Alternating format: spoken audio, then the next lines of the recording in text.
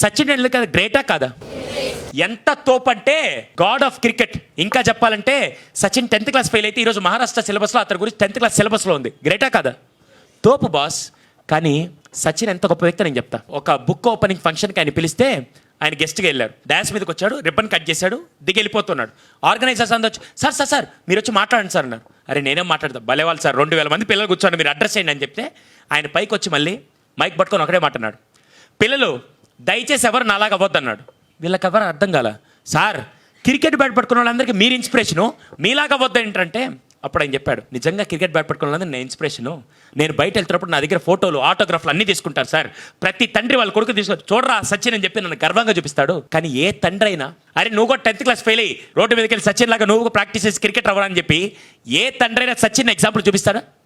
ఇది నేను చెప్పలా, సచినే చెప్పాడు. నా బతుకు అంత సినిమా ఉంది, సచిన్ చెప్పాడు. అలా చెప్పాలంటే గట్స్ ఉండాలి. అర్థమైందా? కానీ ప్రతి తండ్రి ఏం చెప్తా తెలుసా, నువ్వు బాగా చదువుకొని అబ్దుల్ కలాం లాగా ఒక మిజైల్ మ్యాన్గా అవ్వమని చెప్పి చెప్తారు. Yes or no? నిజమైన సక్సెస్ అంటే ఏంటి తెలుసా? కేవలం మనం గెలవడం కాదు, మనం వెళ్ళిన మార్గంలో ఒక 10 మంది కనుకొస్తే that is called real success. Yes or no? ఈరోజు సచిన్ సక్సెస్ఫుల్ పర్సనే. ఎందుకు తెలుసా? మేబీ ఆయన మార్గంలో నడవలేకపోవచ్చు, కానీ అంత ఓపెన్గా చెప్పాడంటే అందుకే సచిన్ అంటే నాకు ఇష్టం. చదువుతో పాటు టాలెంట్ ఉంటే నువ్వు గ్రేట్. ఎంతమంది ఒప్పుకుంటారు?